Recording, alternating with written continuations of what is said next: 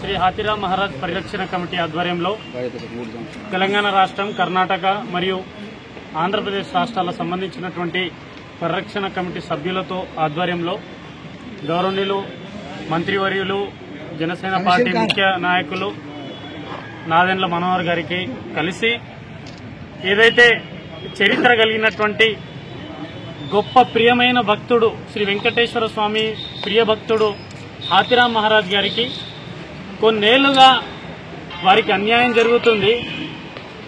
వారి పట్ల ఎవరు కూడా, ఏ రాజకీయ నాయకులు కూడా, ఏ పాలకులు కూడా కనీసం స్పందించలేకపోవడం,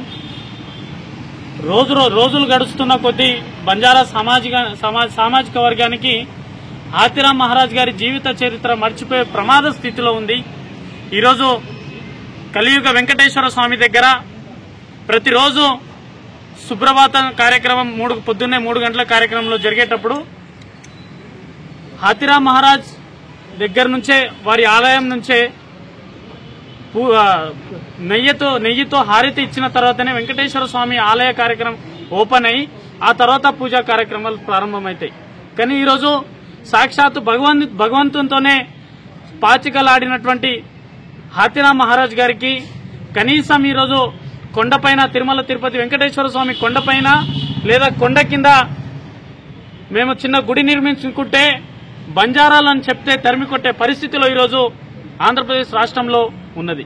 కావున ఈరోజు మేమందరికీ నిన్న నారా లోకేష్ గారికి కలిసాము. ఎన్డీఏ కూటమి అనగానే సబ్కా సాత్, సబ్కా వికాస్, సబ్కా విశ్వాస్ అంటే అన్ని సామాజిక వర్గంలో విశ్వాసం కల్పించేలాగా ఎన్డీఏ నినాదం ఉంటుంది. కానీ ఈరోజు బంజారా పట్ల వస్తే అది కనిపించడం లేదు.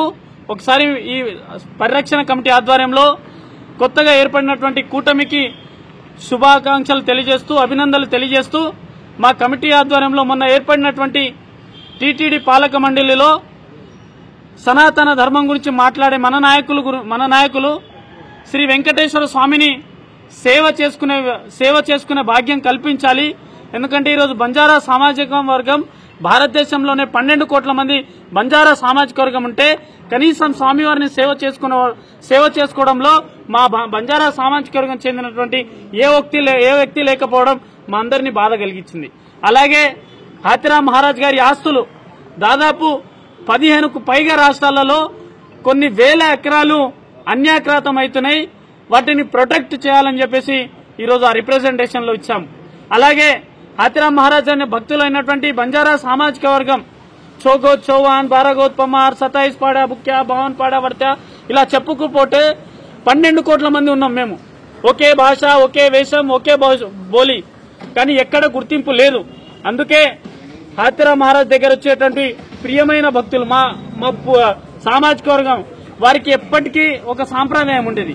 అక్కడ హాతిరామ్ మహారాజ్ దగ్గర పూజ, భోగ్ బండారం అయ్యే తర్వాత అక్కడే వసతి కల్పించేవారు, అక్కడే భోజన వసతి కల్పించేవారు. కానీ ఈ రోజు హాతిరామ్ మఠం దగ్గర అవి ఏవి పరిస్థితి లేకపోవడం వల్ల కనీసం హాతిరామ్ మహారాజ్ గారికి పూజలు కూడా చేయకపోవడం ఇది చాలా దుఃఖమైన విషయం.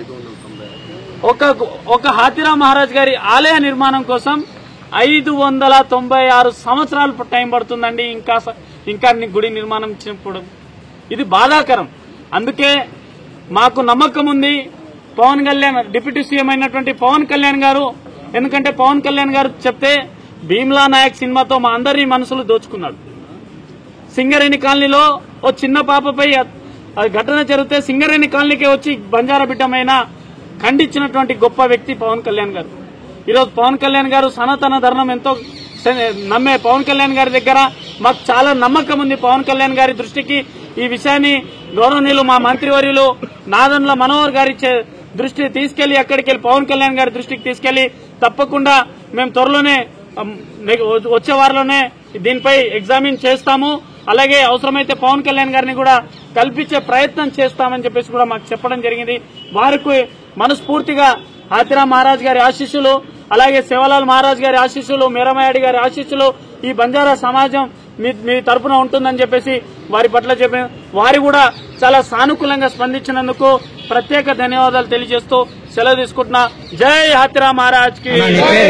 నా పేరు అశోక్ రాథోడ్ అండి. హాతిరామ్ మహారాజ్ పరిరక్షణ కమిటీ తెలంగాణ రాష్ట్ర అధ్యక్షులు, అలాగే మా గౌరవనీయులు మా పెద్దలు మా అన్న ఆంధ్రప్రదేశ్ పరిరక్షణ కమిటీ కన్వీనరు.